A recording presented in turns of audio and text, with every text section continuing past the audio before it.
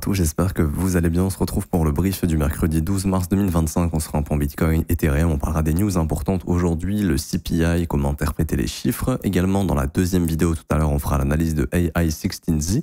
C'est vous qui l'avez choisi en commentaire. Je remets du coup en jeu FTM contre AVAX, c'est à vous de décider. Le coin qui reviendra le plus gagnera l'analyse également. N'hésitez pas à me proposer d'autres altcoins que je pourrais analyser. Je vous rappelle que mon mentorship est disponible, il est gratuit, il n'y a absolument rien à payer, ça va vous former de A à Z, il y a 22 cours qui vous attendent, la théorie, la pratique sur le price action, ce sera la meilleure formation que vous pouvez récupérer. C'est le premier lien en commentaire épinglé, tous les liens utiles concernant mon contenu, c'est gratuit, il vous suffit simplement de cliquer sur ce lien pour vous inscrire sur Bitget via notre lien partenaire. Il faut absolument cliquer sur ce lien, sinon ça ne marchera pas. Vous faites votre compte, créez un compte ici, vous avez juste à valider le KYC et à faire un trade d'une valeur d'au moins 100$ sur la plateforme pour obtenir le mentorship. Une fois que c'est fait, pour l'obtenir, donc pour être éligible, faut faire ce que j'ai dit, et pour l'obtenir ensuite, il faut simplement cliquer sur la meilleure formation de trading crypto. Vous cliquez sur obtenir gratuitement, vous remplissez email, identifiant Bitget, vous cliquez sur recevoir, instantanément vous recevez la première formation gratuite qui est assure ton bull market comme un pro, et ensuite vous recevrez quelques heures plus tard, jusqu'à 24 heures après, le mentorship. Alors, pour revenir ici sur Bitcoin, juste avant, on va parler des news échos qui sont assez importantes. On a aujourd'hui le CPI et on avait vu ensemble que d'après Choflation, l'inflation devrait être plus basse que prévu. On avait fait le calcul, on était revenu 45 jours en arrière et ça nous donnait à peu près 2,63% d'inflation. Ce qui veut dire que théoriquement, le CPI devrait être entre 2,6 et 2,7. Ce qui fait qu'il serait meilleur que les 2,9% annoncés. Donc si c'est le cas, éventuellement, à voir la réaction du prix. Théoriquement, la réaction du prix serait une réaction haussière, mais même ça, on ne peut pas prédire vraiment comment comment le marché va interpréter les résultats. Mais théoriquement, ça devrait être haussier. Okay, c'est-à-dire qu'on devrait avoir une sorte de short squeeze aujourd'hui. Parce que les chiffres du CPI devraient être bons. S'ils sont mauvais et que Choflation s'est planté, à ce moment-là, c'est pas bon. Par exemple, si on a 3%, 3,1%, c'est pas bon et le marché pourrait continuer sa jambe baissière. Maintenant, ce qu'il faut pour changer complètement le biais daily, parce que là, encore une fois, on serait dans des optiques de retracement. Ça veut dire, vous voyez, hier, on s'est arrêté et là, on est en train de créer de la liquidité. On s'est arrêté juste avant le Monday High. Donc ça m'invite à penser que le marché le laisse tranquillement pour le CPI. Ça va être important de voir ce qui se passe aux côtés du Monday High. Est-ce que ça va juste être une prise de liquidité et malheureusement une reprise baissière parce que le marché continue de pricer qu'on a des risques de récession? Ou est-ce que ça nous permettra d'aller plus haut? Faites attention à cette zone ici, ce fair value gap, cette bougie de lundi, vous voyez, qui a déjà pris son plus bas de lundi. On a réintégré la bougie de lundi et donc le point d'intérêt majeur, ça reste ce fair value gap et le sommet de lundi. Le marché s'est arrêté juste avant. Ça m'invite à penser qu'on laisse ça tranquillement pour le CPI. Ok. Donc jusqu'au CPI. Donc le CPI, c'est 8h30 heure de New York. Donc heure d'Europe centrale, il faut rajouter 6h, 14h30. Ça va être probablement, des fois c'est pas le cas, mais ça peut être simplement de la consolidation jusqu'au CPI. Ok. Ici, on a la formation d'un BPR. Pour ceux qui ont vu le mentorship, vous savez ce que c'est. Ça va être une zone théoriquement de rejet pour le prix. Le prix il n'y a pas de devrait, mais le prix pourrait consolider dans cette zone sans aller plus bas maintenant afin d'aller chercher le Monday High. Donc ça, c'est une zone qu'il va falloir observer, voir un petit peu comment se comporte le prix à l'intérieur de cette zone. Ok. Donc là, pour l'instant, on voit qu'il y a un léger rebond en 5 minutes, mais rien d'extraordinaire. D'ailleurs, ici, vous avez un des setups que j'explique dans le mentorship. Displacement, previous daily low, previous daily high concept, c'est exactement ce qu'on a eu ici. Prise du sommet de la veille, bam, displacement. Donc là, il y avait une belle entrée short éventuellement. Pas long terme. Ici, on s'amuse à capturer du 2, 3 pour 1, grand maximum, éventuellement. Mais ouais, je vois pas forcément d'autres choses à dire pour le moment. Surveillez bien cette zone, je vous dirais jusqu'au 81 500. Si jamais on commence à aller sous les 81 500, il y aura probablement en target éventuellement le plus bas. Alors de mardi, ça va être chaud parce qu'il est tout en bas. Mais dans un premier temps, ce serait probablement cette mèche ici à 78 000 dollars, 79 000 $, ça serait cette mèche ici, ce qu'on appelle de la sell side liquidity. Maintenant, il faut bien comprendre que même si l'inflation est bonne, changer le biais et changer la dynamique, ça peut mettre du temps. C'est-à-dire que malheureusement, ça reste une dynamique baissière. C'est-à-dire que encore une fois, si les chiffres du CPI sont bons, à mon humble avis, ce ne sera qu'un simple squeeze pour faire un rebond, pour faire une continuation baissière. Ok, pour aller chercher l'objectif majeur des 38,2% et les swing high ici qu'on a laissés, hein, qui sont autour des 74 000 $. Probablement. Pour venir combler ce fair value gap vectoriel jour des élections. À mon avis, c'est le point d'intérêt majeur du prix, venir dans ce fair value gap. C'est pour ça que si jamais le CPI est bon, je vois pas le prix repartir en to the moon. Hein. Le prix a plus de probabilité de soit juste prendre le Monday high et repartir à la baisse, soit aller chercher le prochain fair value gap entre les 86 900 et les 87 890. Mais ce qui est le plus probable, c'est de maintenir intact le dernier sommet descendant. Ça veut dire que tous les rebonds, s'il y en a, vont probablement échouer grand max dans la zone de rechargement de short. Donc là, c'est autour des 87 800, 90 900, quelque chose comme ça, pour derrière repartir à la baisse. Si jamais il y a un rebond, on part du principe que non, enfin théoriquement, les chiffres de l'inflation devraient être bons. Okay.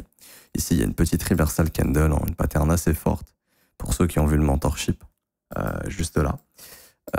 Donc il va falloir voir un petit peu comment le BPR se comporte. En tout cas, la perte du BPR serait éventuellement signal avant le CPI, hein, qu'on aille nettoyer encore un peu au sud. Et après la réaction du CPI, on verra bien. Théoriquement, les chiffres devraient être bons, donc ça devrait être un short squeeze. C'est pour ça que s'il y a un move baissier avant le CPI, ça pourrait être un piège avant d'aller déclencher le short squeeze, peut-être sur le Monday high.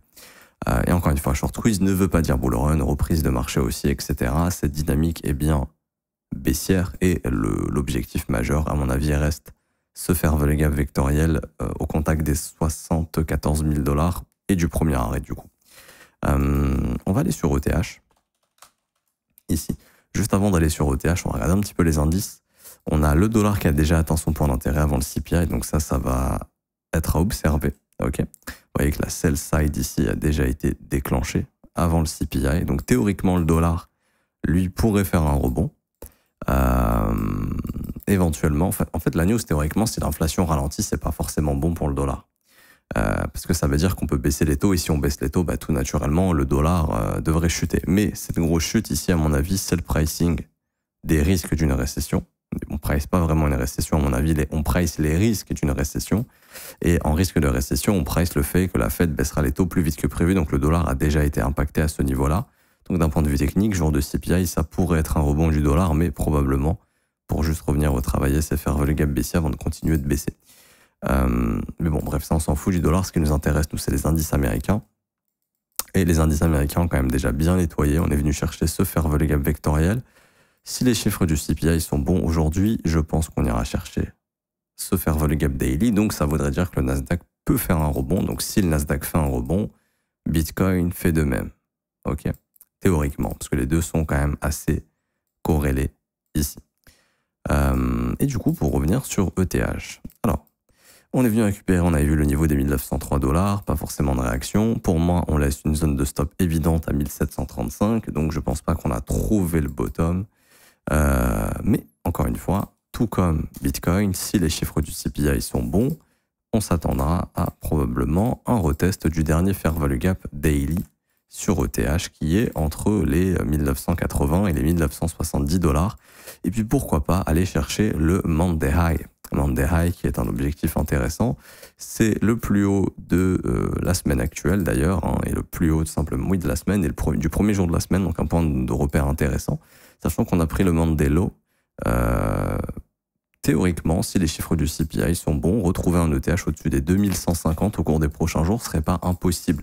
Mais encore une fois, ça veut pas dire de 1 que je suis bullish en mode c'est reparti to the moon.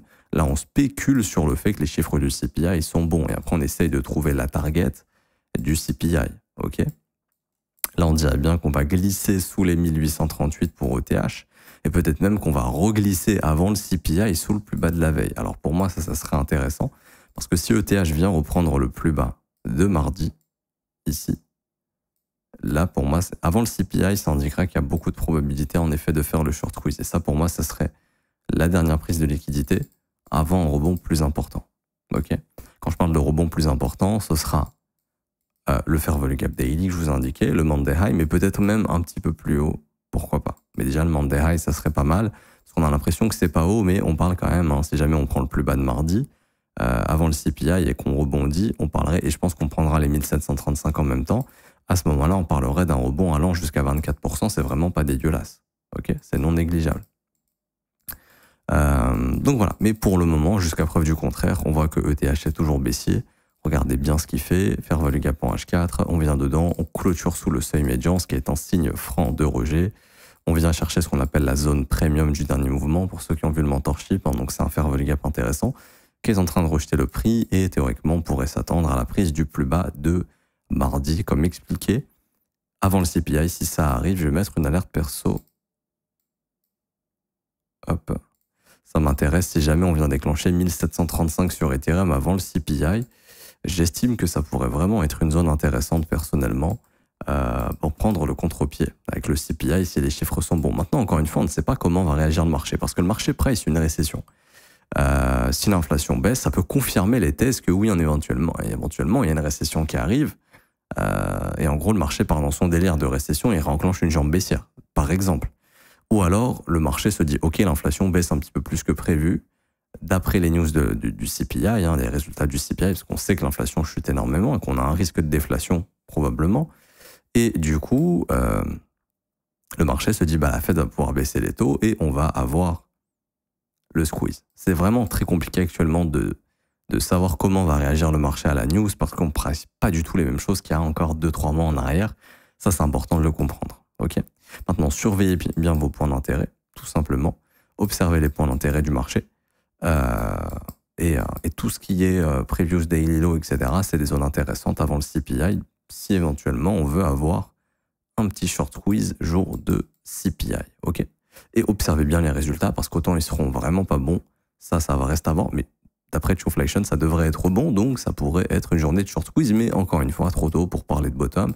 J'ai oublié d'en parler avant de clôturer cette vidéo, mais par exemple, ce qui pourrait justifier le prix d'aller chercher le Monday High, c'est aussi le fait qu'on ait le gap du CME. On a le gap du CME ici jusqu'à 84 755, donc la news du CPI, si elle est bonne, pourrait être une bonne volonté. Pourrait être un bon narratif, pour aller chercher ce fameux gap sur le CME jusqu'au 84 755 et faire notre fameux short squeeze. Donc je m'arrête ici pour aujourd'hui, j'espère que ça vous aura plu. Si c'est le cas, n'hésitez pas à laisser un petit pouce bleu, vous abonner si ce n'est pas déjà fait, à lâcher un petit commentaire, merci à ceux qui jouent le jeu. Je vous rappelle, en commentaire épinglé, vous avez la formation gratuite, le mentorship, mais vous avez aussi notre service de copy trading qui est gratuit, qui est rentable. Ici, vous avez les résultats qui ont été postés d'ailleurs sur la semaine passée. Je vous invite à les consulter. Donc, on a ici, par exemple, les stratégies LIM. Il y a eu énormément de TP du 2 mars au 9 mars sur les stratégies LIM, plus de 50 TP. C'est énorme parce qu'il y a beaucoup d'assets qui ont chuté violemment. Et on a récupéré justement des achats très bas. 10 TP sur XRP, 5 TP sur ETH, 6 TP sur BTC. Donc, ce qui est plutôt pas mal ici. 50 TP, je pense que c'est peut-être notre record sur la semaine, 9 TP sur Solana, mais même le gold ici, vraiment pas mal. En tout cas, pour nous rejoindre, c'est gratuit, c'est le premier lien en commentaire épinglé, tous les liens concernant mon contenu. Vous conservez 100% des gains. Vous avez juste à vous inscrire sur Bitget via notre lien partenaire, ensuite à cliquer sur rejoindre copy trading, vous inscrivez prénom, email, identifiant Bitget, vous cliquez sur rejoindre et ensuite vous regardez les 4 vidéos de ce lien, configurer le copy trading. Il y a 4 vidéos, vous lancez la première, 1, 2, 3, 4, vous regardez les 4. Et après, c'est bon, le copy trading sera configuré sur votre compte et après, c'est 100% automatisé. C'est vous qui gérez également si vous voulez arrêter des stratégies, etc., etc. Et pour ceux qui veulent rejoindre mon école et se former à mes côtés, du lundi au vendredi, il y a des analyses en direct privées qui ne sont pas publiées publiquement. C'est vraiment entre élèves, on analyse les marchés ensemble, on trouve des opportunités ensemble, je réponds à vos questions. Je vous explique des concepts de trading si vous avez des questions. J'analyse également certains de vos coins si besoin. Vous avez aussi accès à la formation de l'école qui est la formation la plus complète et vous aurez même un accès au Discord privilégié avec les élèves et moi-même et mes collègues professeurs qui seront là pour vous aider. L'objectif, c'est vraiment de vous aider dans votre trading et dans votre investissement. C'est à seulement 49 € par mois, c'est sans engagement. Vous avez aussi des offres 3, 6 et 12 mois qui, elles, sont moins chères parce que ce sont des paiements one-shot. Et vous avez également ici les témoignages des membres si vous souhaitez les lire et nous rejoindre. Si vous êtes intéressé, n'hésitez pas. Je m'arrête ici, on se retrouve tout à l'heure pour l'analyse de AI16Z. À tout à l'heure, ciao ciao.